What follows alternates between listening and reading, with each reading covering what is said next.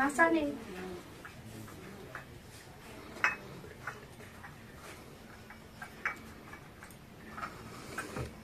থুতু তুই কিটা চা বানাইছো মাংস খায়নি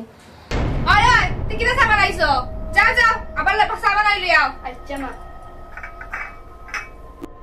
আচ্ছা শুনো দুপুরে কিটা রান্না ওই তো মটর দিয়া কচু শাক ডাল আর আলু বেগুনের তরকারি কিটা কচু শাক আমরা কিটা গরু ছাগল কচু শাক খাইতাম তোমার এটা গাওয়া রান্দা এখানে চলতো না এখানে শহর এখানে গাওয়া রান্দা তোমার এখানে হইতো না শুনো দুপুরে চাউমিন পাস্তা আর মাটন কারি বানাইবে কিন্তু মন্দিরা আমি তো এটা বানাইতে পারি না অশিক্ষিত গাওয়াতে পারবা এখন মন্দিরা এটা খানা কিটা হস এই অশিক্ষিত গাওয়াইতে বুঝবো মা আমি তো অশিক্ষিত নয় বেশি না হলেও অল্প কিছু পড়াশোনা জানি হয় যে করছো মেট্রিক পাস করে আইছো আমার ভাই তো দিল্লি কলেজ থেকে এমবিএ পাস করে আইছে মেট্রিক পাস জানি মা আমরা হোস্টেলে যে একটা কাজের মহিলা আসলো তাই না 12 পাস মা আপনি তো জানেনই আমি তো অশিক্ষিত গ্রামের মহিলা তাইলে আপনার ছেলেকে ওখানে কেনে আনছি তো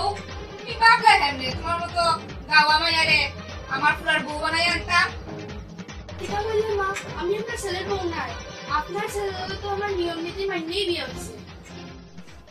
বাংলা তো মানে গাওয়া হয়নি এটা তো সব নাটক তাহলে আমরা একটা কাজের লোক দরকার আছে এটা বললে মন্দিরা আমি তোদের কাজের লোক কাজের লোক বাইরে এখন কাজের লোকের বহুত দাম আমরা তোমার কাজের লোক হিসেবে রাখছি এটা লাগে তোমার আনছি বেতনও দিতে লাগতো না আর কিছু দৌড়াও লাগতো আমি যদি কাজের লোক হই তাহলে আপনার ছেলের লোক আমার এখানে বিয়ে দিতেন ছেলে এই দেবে লোক নাই দেখছো না বিয়ার পরের দিন হে তার কাজে গেছি গিয়া মা আমার জীবনটা নষ্ট না হলেও পারতাম ভগবান আমার লোকে এরকম করলাই আমি আর থাকতাম না এই বাড়িতে আজকেই যাই গিয়া কিন্তু মা বাবা অনেক কষ্ট করে আমার বিয়া দিছে এখন যদি তারা এইসব কথা আমি কই তাহলে তারা সহ্য করতে পারতো না মায়ে কইতা বিয়ার পরে শ্বশুর বাড়ি মেয়েরা আসল বাড়ি তারা আমার লোক যতই অত্যাচার করুক না কেন আমি যেতাম না আমি চার বাড়ি থেকে যেতাম না থাকবো আমি এই বাড়িতে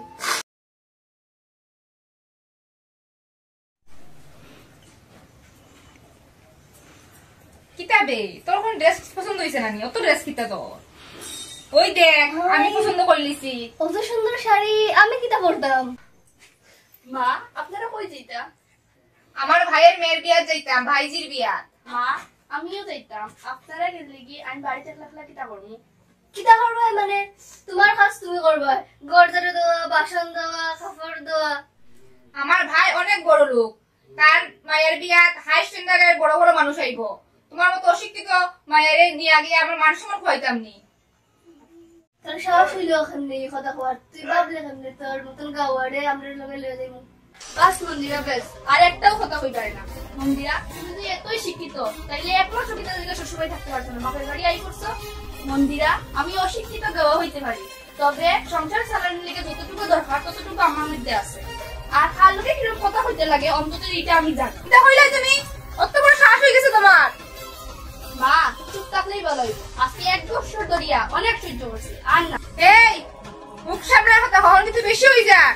মা এখনো বেশি কিছু হইছে না আপনি কেমন মা যে নিজের সন্তানের সুখটুকু চিন্তা করেন না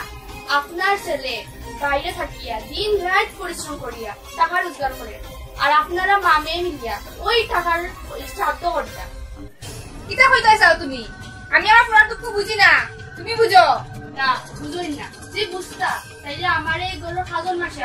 আপনার ছেলের বউ আল্লাহ শুনো মন্দিরা বড় কলেজে পড়লেও কেউ শিক্ষিত হয়ে যায় মানুষের সম্মান করতে লাগে আর এই শিক্ষাটা শুধু মা বাবাই দিতে আর তোমার যে মা আর বাধ্য বাকিটা হইলাম আর শুনো এখনো সময় আছে শুধরাই যাও মানুষের সম্মান করতে শিখো দেখবা জীবনটা শুরু হয়েছে